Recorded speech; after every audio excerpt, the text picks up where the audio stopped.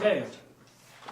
Well, in case you haven't all read it already, I commend to your attention a couple of articles in the one's in the monthly, volume 95, 1988, pages 3 to 29, and the other is Math Magazine, 63, 1993 to 20.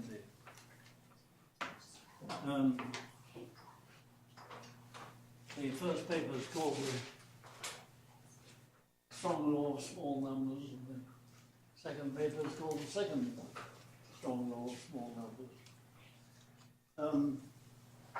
Many of the, there are 35 examples in the first paper and 45 more in the second, and of examples of where you may be led astray by looking at the first few examples of something, and many of these involve sequences.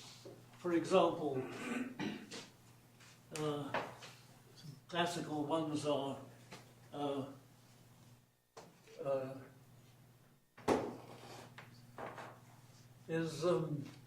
is 2 to the n a prime number? Well, you soon discover that if n is composite, then 2 to the n minus 1 is composite. So the next task is 2 to the p minus 1, or prime. What you get, p equals 2, it gives you 3, p equals 3 gives you 7, p equals 5 gives you 31, p equals 7 gives you 127, and so on. Or you might ask, could 2 to the n plus 1 be prime? And again you find that if n has an odd factor bigger than 1, then you can always find some vectors. So this has to be a power of 2. So if n is 0, 2 to the 1 2 to the 0, and 2 to the 2 gives you 5, 2 to the 4 gives you 17, 2 to the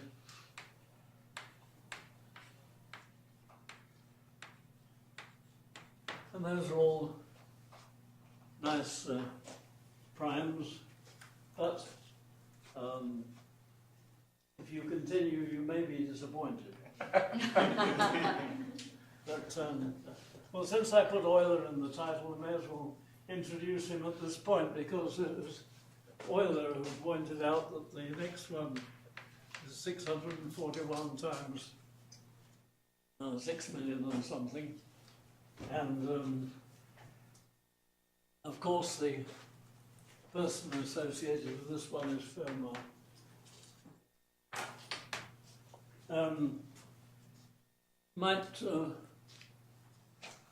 This one might amuse you.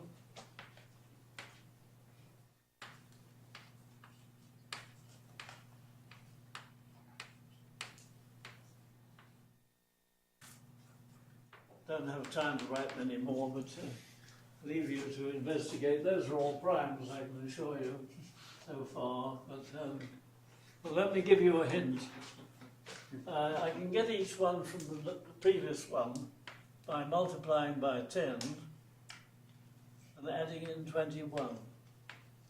And 10 is 2 times 5, and 21 is 3 times 7. So that takes care of the first 4 primes. Well, again, I'll leave it with you.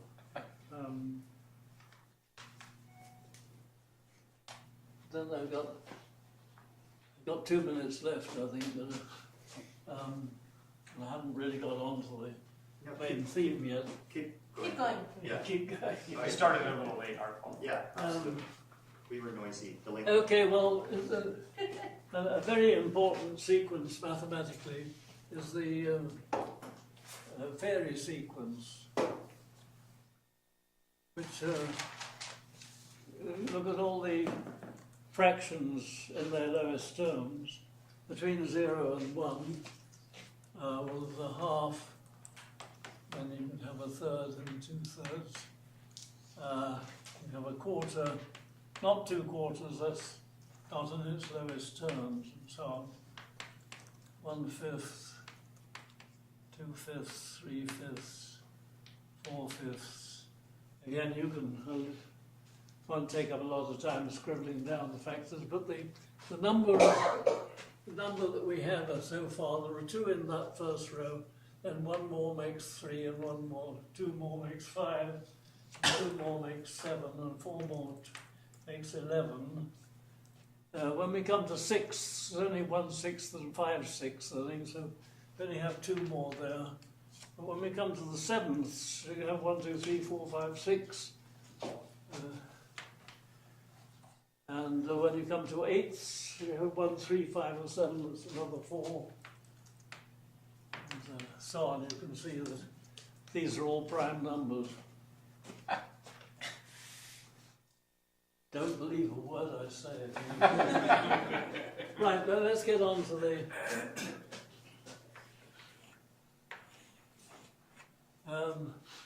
well, as I say, I wrote this first paper and it's published in 1988, and of course it engendered a certain amount of correspondence, and Don Knuth sent me a couple of pages that he'd photocopied from Euler's works, and he's included this.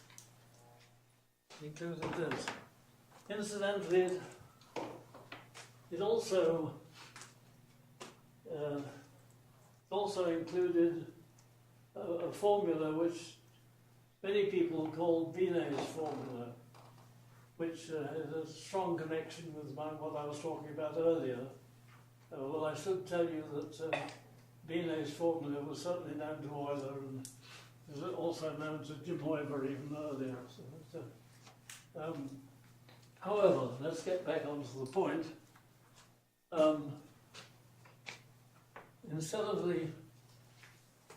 having the Tower of Pascal,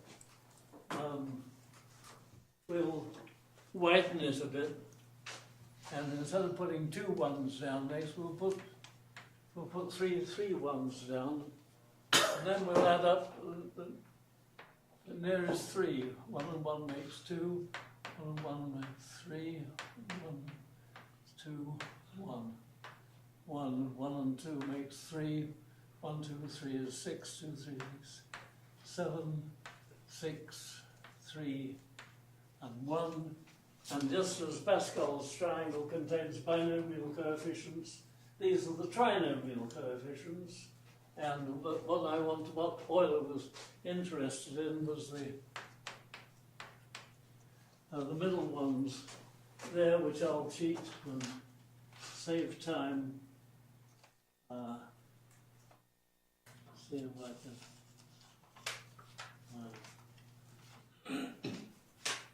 find them somewhere.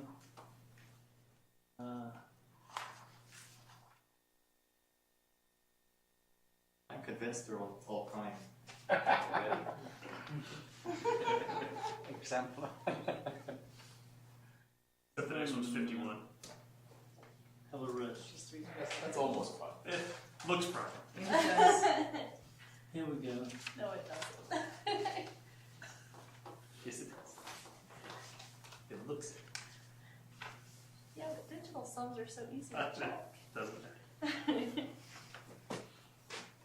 51. If it's divisible by 7, it looks I think 93 looks Josh got them all.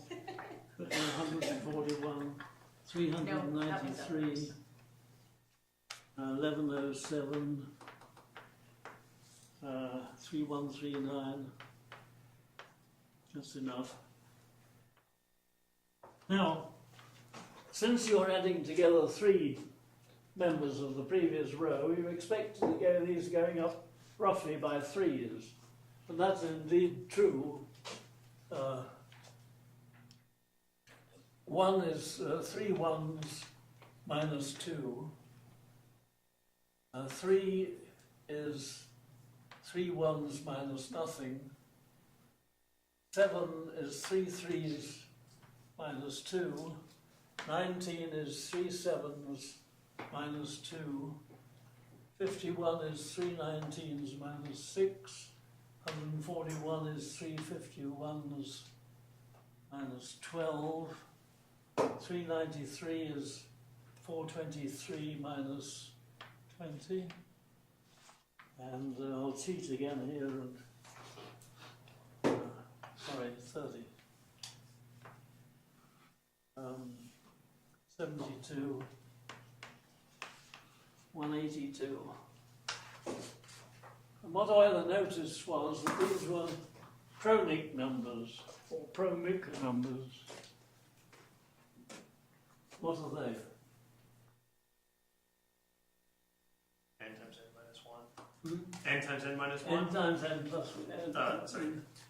This is 1 times 2. This is 0 times 1. This is 1 times 2. This is 1 times 2. This is 2 times 3. This is 3 times 4. This is 5 times 6. This is 6 times 12. That's 7 times something huge. 26 or something. Oh, sorry. Where are we?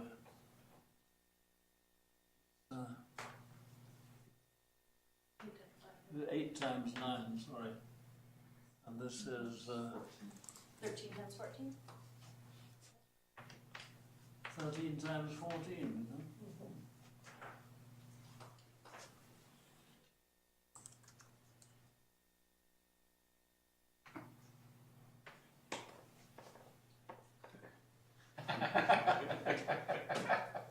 Well, the end of the story is what Euler missed was at about this time, it was about the time that Paul Bateman was retiring from the University of Illinois in Urbana. We had a very nice conference in Allerton Park with a number of distinguished mathematicians were present, and I was able to show this thing that I've got from Don Knuth. I showed it to George Andrews, and he came back an hour later with a 6-page paper in which he proved that the nth Fibonacci number multiplied by the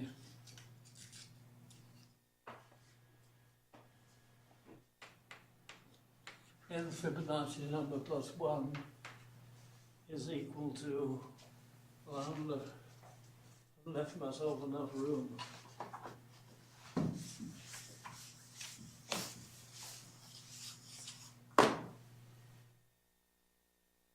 Is 2 times sum from lambda equals minus infinity to infinity. Don't worry about infinity. Most of the things involved are 0, only a finite number remain. But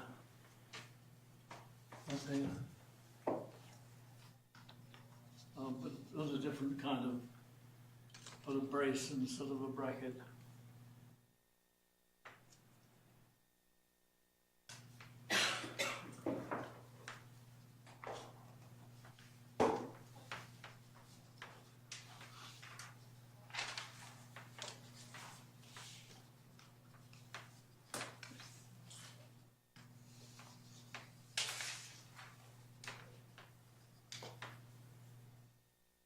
Where this symbol with a 2 here, I think really you should should have had a 3 or something, but if I don't put anything there at all, that's the usual notation for binomial coefficients.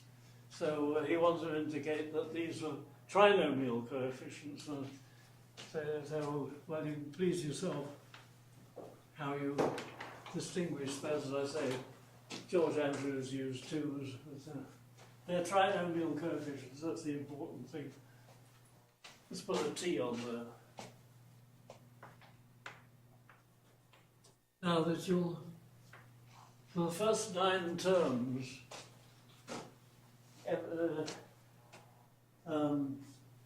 the only 0 non-term is lambda equals 0. But after that, anyway, it involves modular functions and all sorts of real mathematics in there, and that's all I have to say for the moment.